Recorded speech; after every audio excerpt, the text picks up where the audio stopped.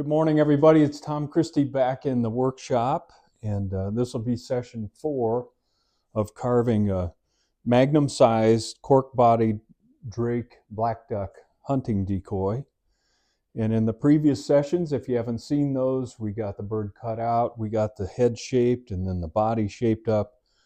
Today, we're going to finish up the details, get the bird assembled, get the body finished up, get the keel mounted, and hopefully give this a flotation test and get it ready to paint. If you're enjoying my channel and getting value out of it, please hit the subscribe button. That really helps me out, and it doesn't cost anything. It's totally free, and I want to keep this channel that way. This is a channel with how-to resources, at least one way of carving decoys and wildfowl that I hope will be helpful. So let's pull the camera in and get started on session 4. Welcome back. All right, I used my X-Acto to clean off the eyes of the epoxy sculpt as it cured overnight, and it's set and ready to go. And I had mentioned you can also use an X-Acto or your carving knife to kind of do some finalized sculpting of the eye opening. So I opened up the front a little bit more and just made sure the pupils centered and just finished those up. And now I'll take a little bit of sandpaper. This is probably 120 grit, and I put my thumb over the eye because it's so easy to scratch a glass eye with sandpaper, and just carefully finish the job here of blending the epoxy sculpt into the surrounding wood so that we don't have any type of a ridge or a seam between the epoxy sculpt and the surrounding wood. So I'll get that done. You don't have to watch me sand, but that's the technique anyway. And we did use water for setting the eyes, and you can see that leaves a little bit of a water stain on the Tupelo. It raises the Tupelo grain just a touch, but it's very easy when it dries out overnight just to sand that, smooth everything up again. Hey, just another tip with this epoxy sculpt, I can use the side of an X-Acto and scrape in a sideways motion, especially close to the eye where you don't want to get sandpaper scratching the eye or potentially doing that. And this epoxy sculpt scrapes really nice, so I'm just shaving off little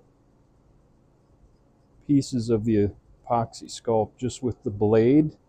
I just think it was worth mentioning that because you can't sand right up to the eye or you risk scratching. So this is another good technique I wanted to share. That's looking good. I've got the head ready to go, so I'm going to get it sealed up with Deft. I'll give it about 4 or 5 coats and let it dry between.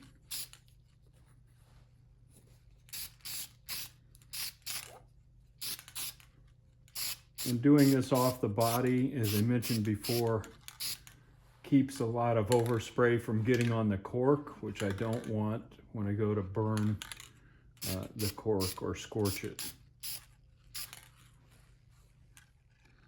All right, I want to get the keel mounted, and I'm using a 3/4 inch keel. Originally I thought I would just drive screws into the cork and epoxy to the cork, which I think would be fine, but I want it to be strong, and so I'm going to If I had a bottom board on here, that's one advantage of having a bottom board. You can then attach your keel right to that bottom board, drive your screws through, nice firm attachment point. Instead, since I'm going with a cork bottom, and this will make me feel better, I've got some 1/4-inch oak pieces. I've got them located. I'm going to mill out a little pocket in the cork, use a 2-part epoxy to embed these in the cork, and then I'll have a good firm foundation when I drive my screw home into the oak instead of just into cork. I'm going to use this little 1/4-inch cylindrical burr and trace the outline of each pocket to get things started. I'm just going to go at this slowly so the burr doesn't snag or jump. Even though the cork is very soft, you kind of need a delicate touch because it'll really dig in. So I've got it outlined, and then I'm going to use it like an end mill to mill out the pockets for depth.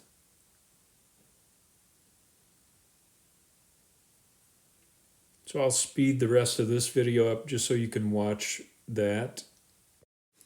This is at 2x speed, so we'll get through it a little quicker this way. And this doesn't have to be a precise fit, but I don't want too much sloppiness, so we have to fill around the edges. So I'm going to take some time, try to get these to fit well. I'll get the other one, and then we'll come back. Mix up some 2-part epoxy.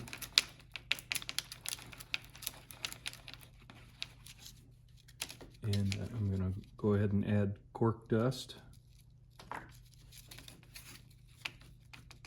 to help it fill out a little bit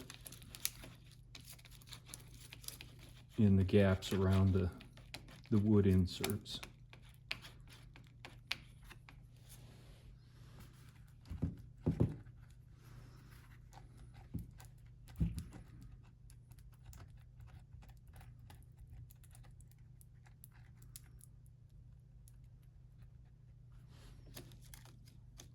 I want to make sure I have plenty of material in there so that it'll squeeze out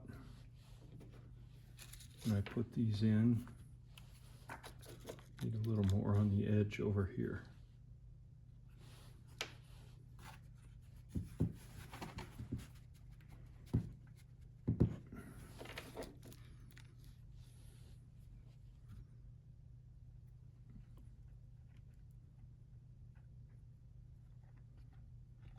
Like I say, you may choose not to do this.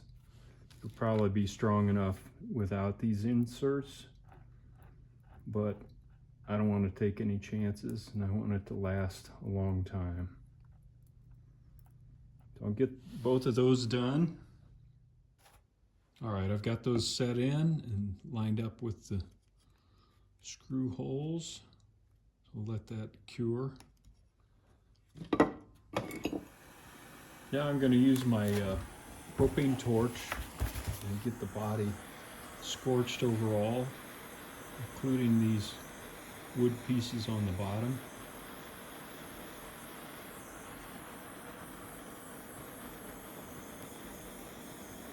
Just go at this a little bit at a time, and the cork has gaps in it, so in some cases we have to come back, hit it a little harder to drive the scorched look down into the texture. So I'll just show a little bit of this. It's kind of a repetitive process.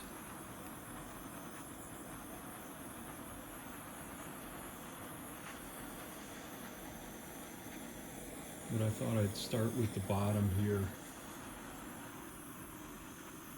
Make sure you don't have any combustibles close by. I've got this on a piece of cardboard, which is combustible, but I'm keeping the flame away from it.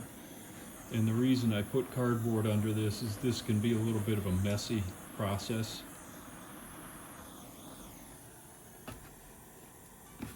So then I'm going to drag the Scotch Brite pad over it and just kind of knock off the ash. I won't make any more bad jokes about that. And then I'll go back over it again until I get a good deep rich brown color to the entire surface. All right, I'll be back. A little farther along, I do want to hit this oak tail as well. I'm going to supplement some of this color with paint as well, so I'll show you that later, but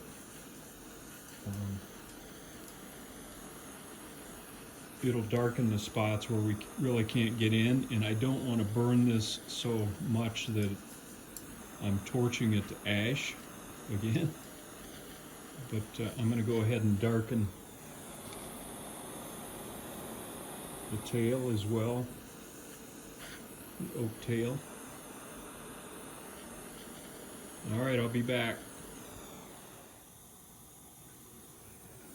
This oak, you really have to hit it hard to where it flames to get a scorch on it.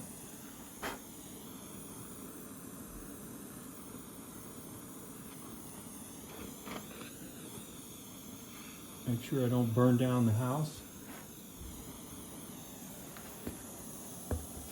Got a little prop underneath here to keep my flame off the cardboard.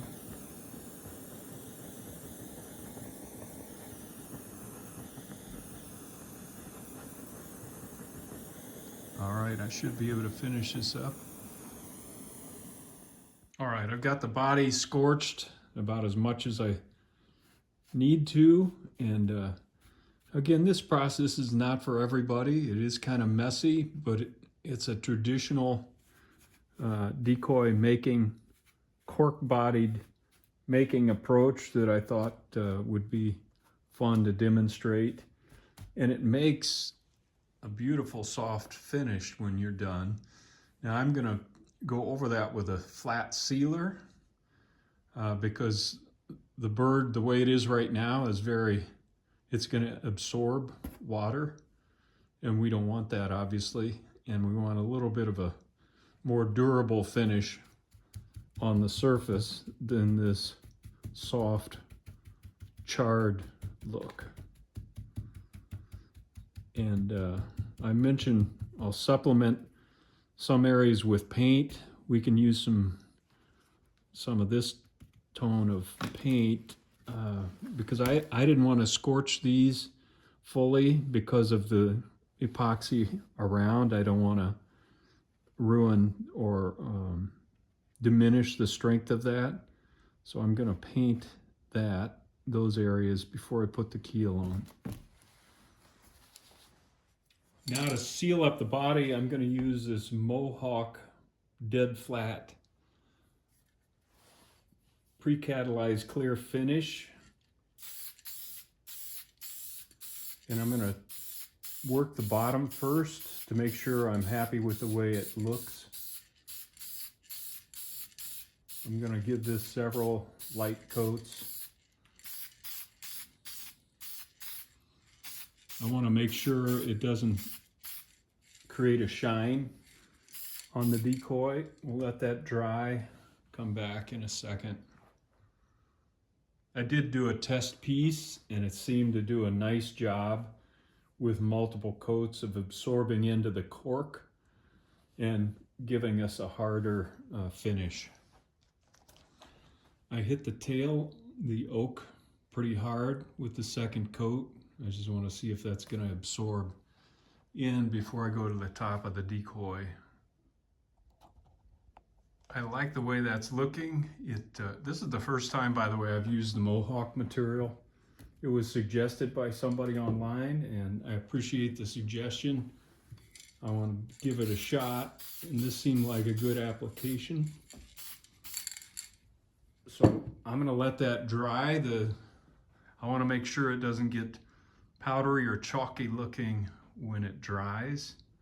And on my sample, it did not do that, but I want to be cautious with the bird. We'll come back later and check it out. That's looking pretty good, so I'm going to go ahead and give it another coat.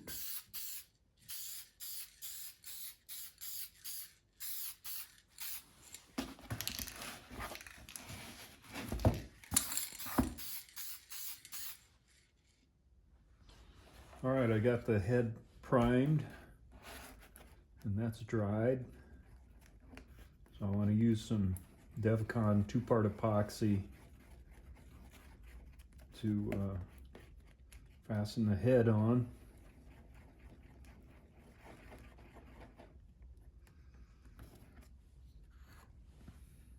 I'm going to get the dowel coated well as it goes into the body.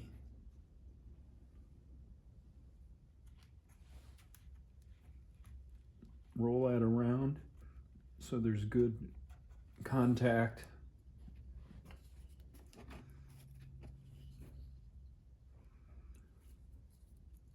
I want to try to get a minimal amount of epoxy on the surface of the cork.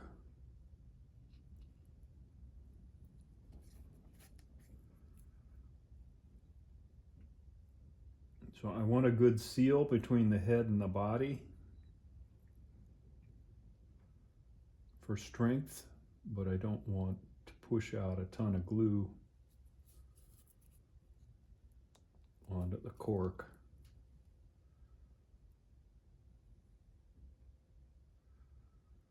I'm going to put a little extra under the chin there.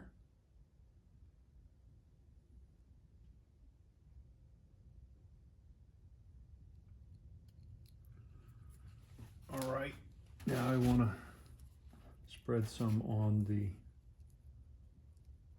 cork.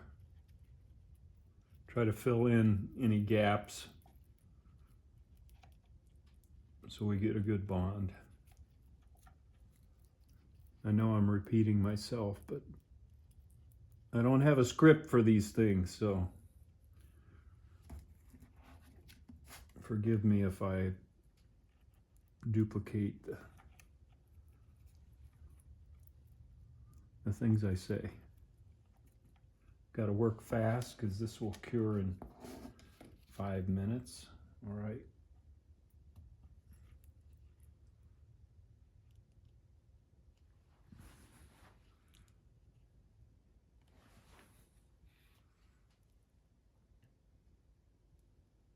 Gonna rock the head a little bit back and forth so we get good bond, and that looks really good. I know my head's in the way, but I'm looking for any gaps. Got a little glue over here I need to take care of, but that's bound to happen.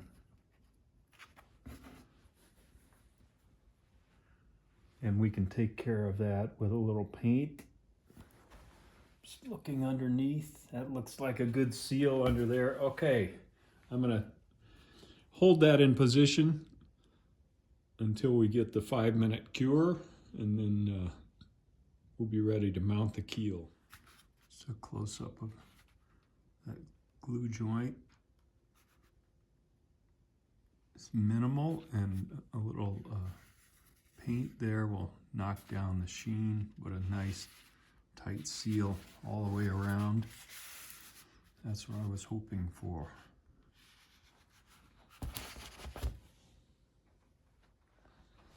I've got my keel screw locations marked, and I'm just going to drill through the oak here.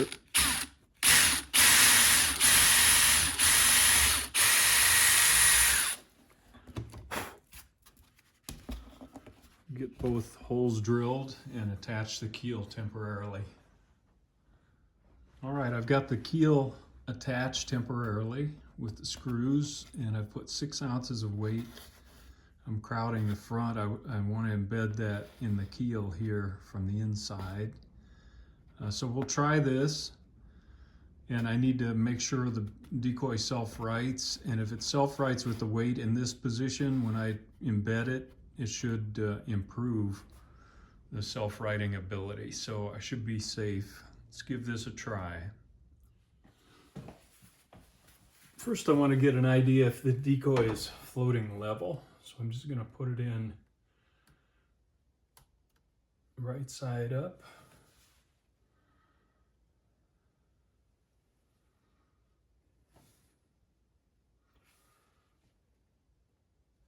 And I want to check the water line.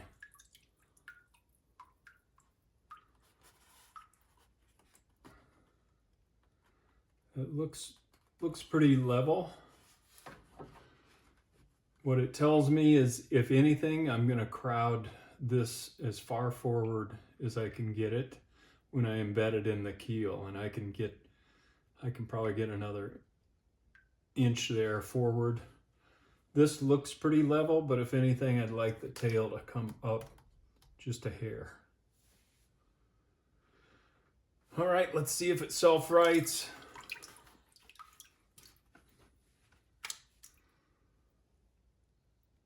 It does not. So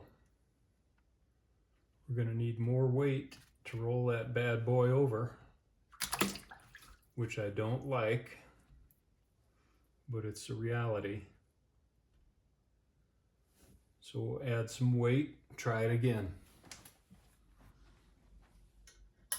All right, back to the drawing board. After the first flotation test, I learned a few things. The decoy is so wide, it's hard to turn over. I'd like to not have to make the keel deeper where it gets big and awkward. So I'm going to load up. We tried 8 ounces. That was not enough. So I'm going to try more weight. And I also know I can afford to put some weight forward. So I'm going to embed some weight in this part of the keel and then lay in as much weight as I can right here. So wish me luck. I milled out a 1/2 inch slot with a 1/2 inch drill bit to get about 12 ounces in this area. And then I also milled out a pocket up front to get more weight forward. And that's about 3 ounces.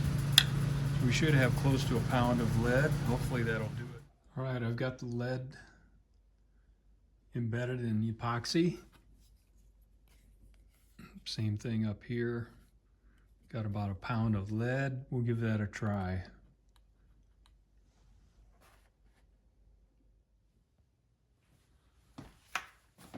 All right, modified keel, trial number 2.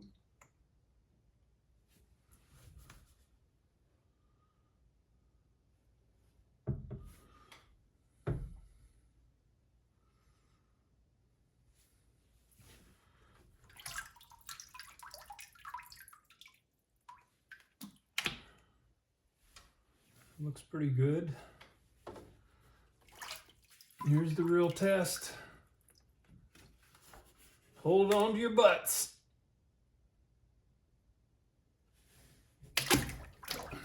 Yes! You know, you wouldn't think a simple thing like that would be exciting. And it wouldn't be to everybody, but it's fun when you solve the problem. I like it. Good to go. All right, everybody, that's a wrap on session 4 of carving the Magnum cork-bodied Drake black duck. We've got everything ready to go, ready to paint.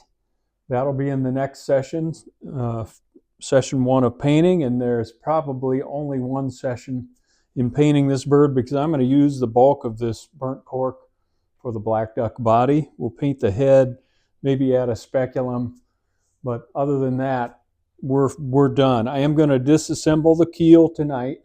let all the components dry out after the test float, then epoxy the keel back on with the screws, and then that part of the bird will be done. But no use showing that aspect of it. Until next time, thanks for following along. I'll see you when we paint this guy. Tom Christie signing out.